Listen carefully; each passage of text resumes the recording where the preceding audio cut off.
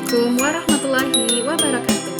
Bertemu lagi dengan Bu Yat dalam pembelajaran Bahasa Indonesia kelas 4 SD. Pada pertemuan kali ini, kita akan mempelajari tentang menulis teks prosedur. Pembelajaran ini merupakan bagian dari kurikulum Merdeka. Adapun tujuan pembelajaran kita pada hari ini adalah peserta didik mampu menulis teks prosedur dengan rangkaian kalimat dan informasi yang beragam. Pertama, mari kita lihat dulu apa pengertian dari teks prosedur.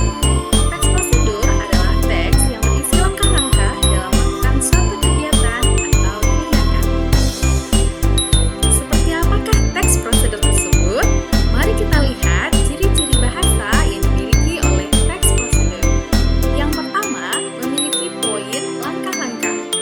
Kedua, menggunakan kata kerja perintah. Ketiga, menggunakan kata kerja aktif.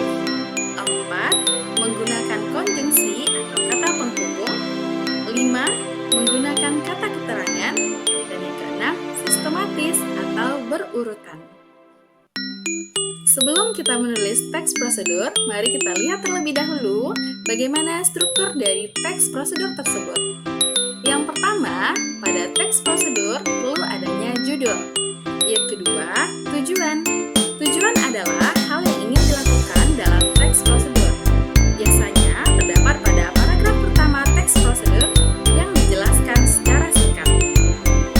Bagian yang ketiga yaitunya materi, alat, dan bahan. Pada bagian ini, kamu bisa menuliskan alat, bahan, atau hal-hal yang perlu dipersiapkan untuk membuat sesuatu. Biasanya terdapat takaran, jumlah, bentuk, atau warna tertentu agar pembaca memperoleh hasil yang maksimal. Pada bagian yang keempat yaitunya langkah-langkah. Yang langkah adalah tahapan atau proses untuk membuat sesuatu. Tuliskan dengan kalimat yang jelas, logis, sistematis, dan tidak bertele-tele agar pembaca tidak kebingungan. Terakhir yaitunya bagian penutup atau simpulan.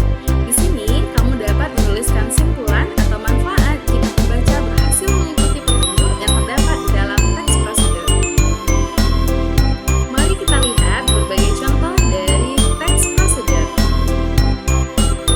Yang pertama, kita lihat teks prosedur tentang cara menyetrika baju. Di sini ada tujuan yang disampaikan pada paragraf pertama. Intinya, supaya terlihat rapi, kamu harus menyetrika baju yang akan kamu pakai terlebih dahulu. Kemudian, jelaskan bagaimana cara menyetrika baju. Yang pertama, alasi tempat yang akan digunakan untuk menyetrika dan siapkan baju yang akan disetrika. Kedua, hubungkan kabel setrika dengan stop kontak.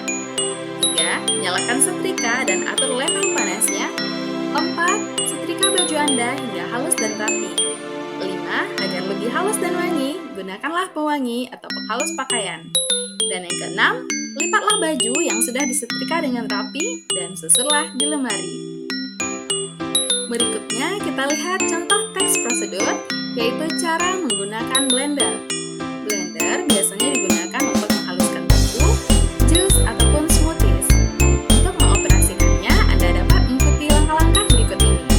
Pertama, persiapkanlah bahan yang akan di-blender. Dua, hubungkan kabel blender dengan stop kontak. Tiga, gunakan mangkuk blender yang sesuai dengan bahan. Pasang mangkuk tersebut pada tempatnya. Empat, masukkan bahan ke dalam mangkuk blender. Yang kelima, pasang tutup blender dan tekan tombol on. Enam, setelah bahan tersebut halus, tekan tombol off.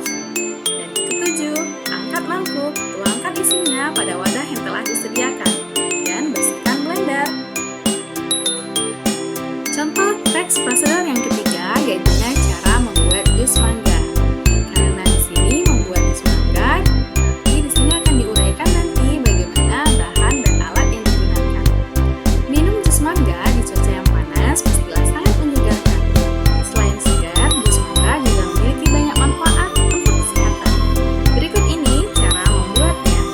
Yang pertama, bahan yang dibutuhkan itunya 2 buah mangga, 2 sendok makan gula pasir, susu kental